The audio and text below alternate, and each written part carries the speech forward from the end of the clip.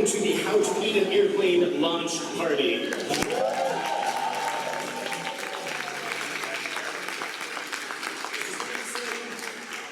It's cool to publish a book, and it's cool to read it to people, and I'm so happy to see all of you guys, some of you whom have known me since I was 0. So, people have asked me what kind of research I did into this book, and I interviewed pilots and stuff like that, but one thing that I have not told people until now is that in the course of my research, I discovered that several popular American songs were actually initially about eating airplanes, which you have me not know. Who knew? And so today, we're going to perform some of the original, historically accurate versions of popular songs that you may think you know. Which have since been corrupted to normalcy. It's called the folk process. And so I have some musicians joining me, my family, my dad Jack, my mom Nancy, and sister Kari, and we are going to perform for you some of This morning we are Pilot Pete in the Afterburners.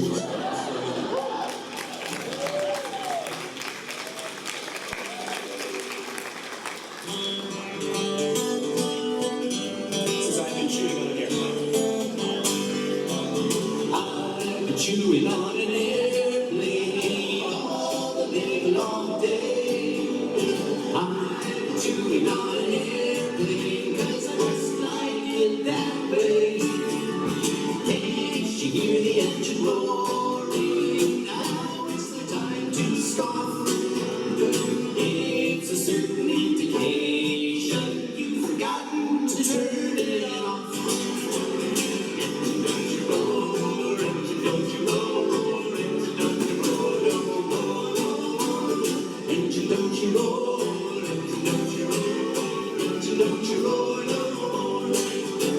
Someone's in the cabin with me. Someone's in the cabin, I fear. Someone's in the cabin with me. Chewing on the landing gear. Singing munch, chomp, guzzle and bolt. Munch, chomp, guzzle and bolt. Bolt, bolt, bolt. What's that chomping I do? Chewing on the landing gear.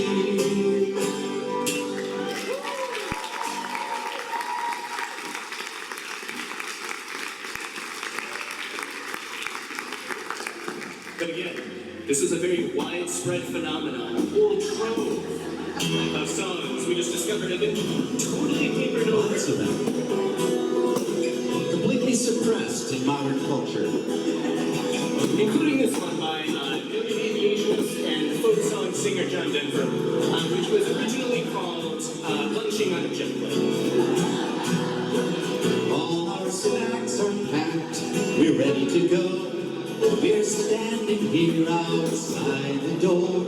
We can't wait to come join the company.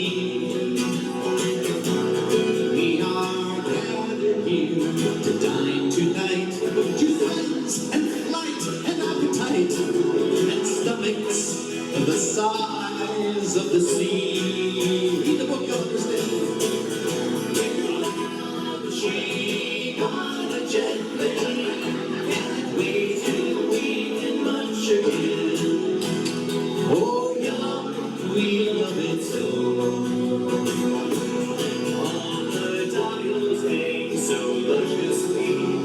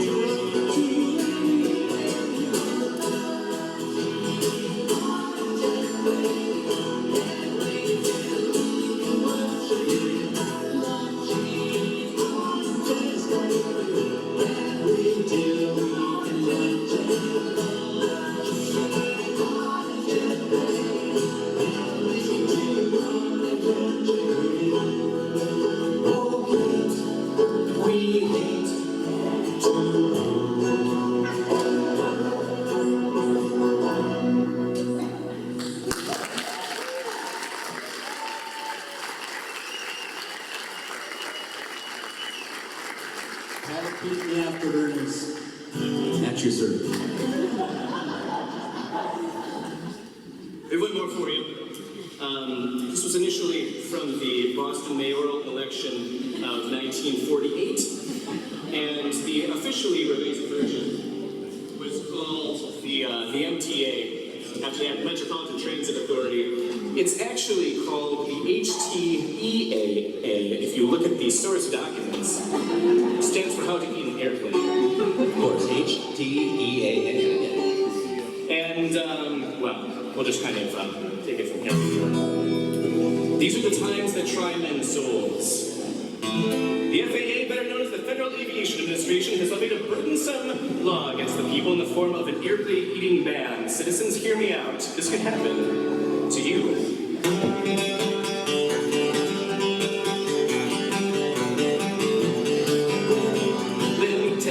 The story of Michelle, Tito, and Strange and Peculiar Feet. How he managed to procure a Cessna 150, but she cut up and began to eat. Did he find a chore? No, he loved it the more, and it brought him a kind of thing. Just like Paul Revere. And he landed in a sports world records as a man who made an airplane. Michelle liked to partake of his customary fare, including bicycles and chandeliers. How he loved all the steel and naturally crazy man on the place with lots of casey ears. Now Michelle watched the television just before he ate it, and an aviation show was on. Imagine that. It made his stomach growl just to see that a lady wouldn't rest until he'd eaten one.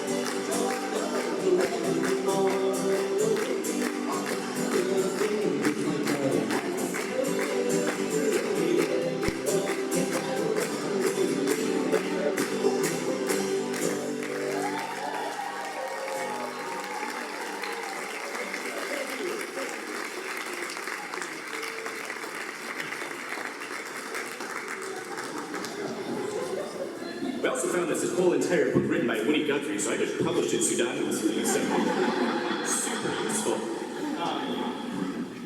Yeah, thank you so much for coming out. We're going to actually read the book. We don't have a screen, but we do have two volunteers. We have Kari and we have Kate in the back, who will be showing the book around. And I know that some of you already have your own copies, so if you really want a close look, you have to buy it. That's what this is about. So, without any further ado, the first title in the Bad Idea Book Club, which is entitled How to Eat an Airplane. If you have questions at all, keep them to yourself. Now I'll be answering afterwards. If you want to eat an airplane, there are a few things you should know. More than a few, honestly. The truth is, most airplanes are too large to eat by yourself. So if you want to eat an airplane, you should have a party, invite guests. Airplane invitations are called tickets. Send one ticket to each guest and make sure that they are first class. You'll want to set the table at least an hour before the meal. Be sure that you have knives, spoons, and forklifts. Right? Greet your guests at the gate. If someone has a carry-on bag, offer to put it somewhere away from the meal. You don't want it to be eaten by mistake. If your guests don't know one another, introduce them like this. So-and-so, this is such and such. Tonight, you will be dining buddies. Do not say so-and-so and such unless those are their actual names. Escort your guests to the dining room and begin with a toast. Most people know the airplane toast. Glasses, please. Come on. To friends in flight and appetite, and stomachs the size of the sea. Thank you. Guests can refill their wings from their glasses from the wings which hold the jet fuel. Serve appetizers as guests mingle. The cockpit is filled with delicious dials and tasty instruments. They tell the pilots how fast the plane is going, how high it is, and how much fuel is left. They are also crunchy. Now it's time to be seated. Fasten your seat belts. The perfect first course is a warm bowl of engine oil, which will help everything go down smoothly. Everyone should tuck in their napkins in case they spill. The salad course is next. Aileron rhymes with Sailor John and comes from French. Serve the ailerons with French dressing. Voila. For the next course, it's nice to serve the landing gear. Make sure it's smooth, not bumpy. Airplane wheels are vulcanized, so cook them well before serving. You don't want them to be too rubbery. Remember, it takes 45 minutes for the brakes to cool down after landing. Get your guests oven mitts just in case. If a guest comes late, don't fret. Hand them a glass of jet fuel as they recite the tardiness toast. To friends and clocks and paradox, I'm usually on time. Oops. Then graciously welcome. Everyone will be excited for the next course, the engines. Just remember, cheering, squealing, slurping, burping, singing, strumming, and screeching are all sounds that do not belong at the table. Also roaring. Roaring means that you may have forgotten to turn the engines off. Don't open your mouth while chewing, unless a bolt or a screw gets stuck in your teeth. If this happens, make a small joke like, I thought I felt something screwy.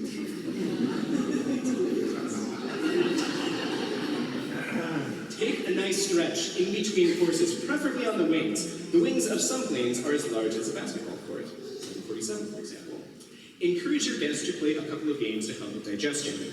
No game is complete without snacks though. Serve the snack carts, and the snacks too, if you want.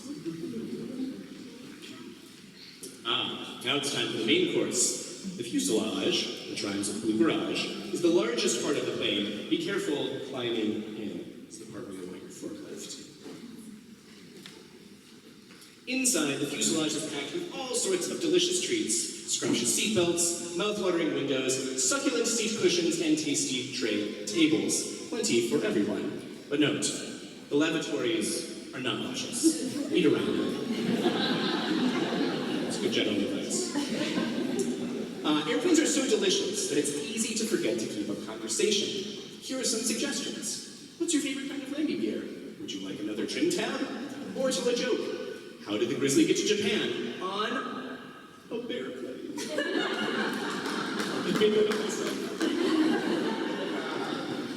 After munching the tail, chopping the wings, bolting the bolts, and guzzling the grease, many of your guests will be at full capacity. Everyone should pack a suitcase full of leftovers to bring home. However, it is always polite to offer dessert. Perhaps an ice cream truck. They're eating ice cream truck, I don't think it's here. So now people have asked me sort of like, Peter, is this a real story? And the answer is like, not exactly. But there is this author's note. Author's note.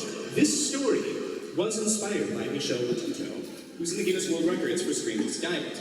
Because of his unusual stomach, Michel could eat almost anything. Bicycles, light bulbs, shopping carts, televisions, He ate them all by cutting them up into tiny, tiny pieces. And from 1978 to 1980, he ate an entire Cessna 150 airplane. True story.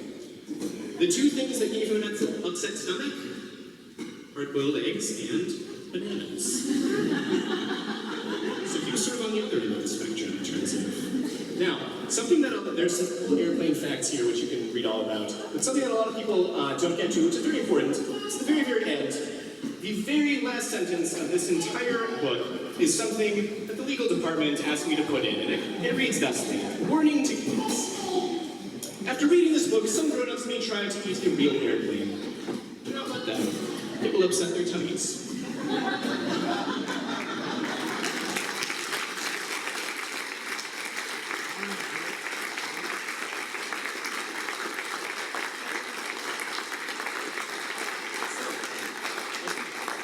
If anyone has I get a lot of questions about this book. And so if anyone has a couple questions, we can answer a few things, and then we can get to like the fun part, where we all just hang out and do cool stuff. So, I don't know, does anyone have anything that they're kind of like wondering about? Yes, they're in the front.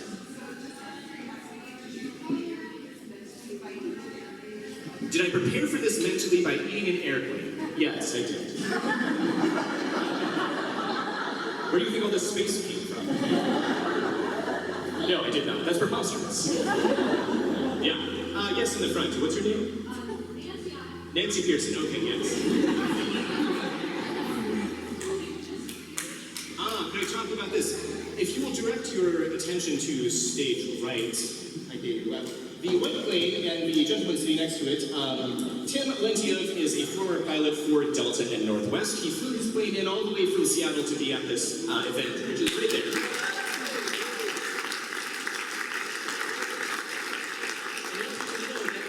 In about like 15 minutes or so, Tim is actually going to be doing a mini ground school walk around of his plane for any kids or adults who are interested in learning more about the things in the book from an actual pilot. He will sort of show you where the ailerons are, and like, I don't know, what else are you showing, Tim? Anything else? Everything you need to know. We have a resident expert pilot just right here. So, I don't know, any other burning things, or we just want to like get snacks and stuff? Yeah, kind of. Yes, in the back. What's the best way to prevent your parents from eating an airplane? What is the best way to prevent your parents from eating an airplane? Well, it really depends on the parents, I think. And in your case, it may be more complex than that. Let's get rid of your parents for a while. I think putting hot sauce on them, the airplanes, to sort of protect, so like biting your nails, but like a really large scale, that can be helpful. Locking the airplanes up can be very useful. Keeping them off site, lying to your parents about like whether or not you actually have one. Those are some of the strategies that I've used, and it's been mostly successful. Yeah. Just that one time. Yes. I talk about my writing process.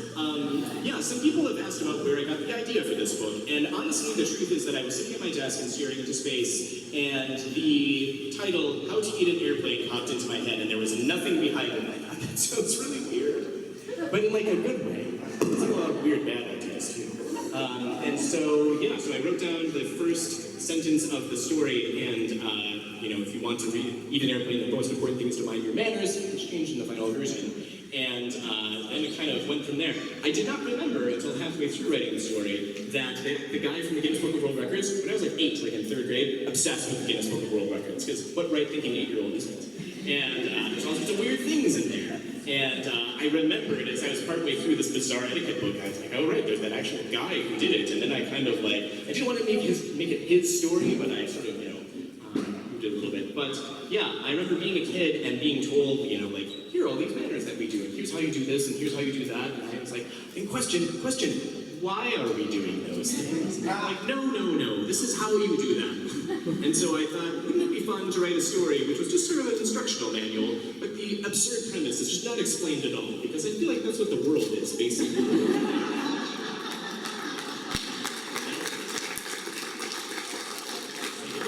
No one told me this. So anyway, but every book is different. And sometimes a book comes out one way, and you're all psyched to do the next one, and it's a totally different animal. You're like, oh, that was the last book that I want to write. And this is a comment. So if you don't feel like you can write, you're probably a writer.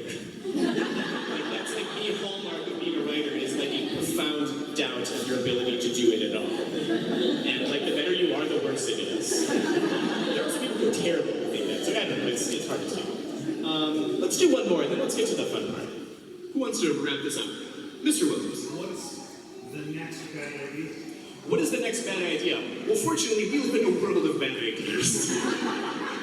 So it's just really hard to choose one. The one that is currently in process is tentatively entitled How to Walk a Dump Truck, which is dump trucks are pets and then how to take care of them, like a lot of little girls with leashes and then trucks. But we'll see. So my editor has that. We're kind of working on that. So okay. So a few things here. We have snacks in the back. We made so many cookies yesterday. So please eat them. We have a delicious cake. We have Addendum Books, who is here selling books. Catherine and Marcus, head for those guys. And I'm going to be asked, if you take a little signing books, I will sign as many books as you want. They don't even have to be mine. I'll just put my name on it. If you brought competing books, that's weird, but I'll call that. And and then like I said, Tim in a few minutes, for anyone who's interested, will be referencing the book and actually going through an actual airplane, showing you the tail, showing you the runners and stuff like that. So for anyone who's interested in that, thank you guys so much for coming and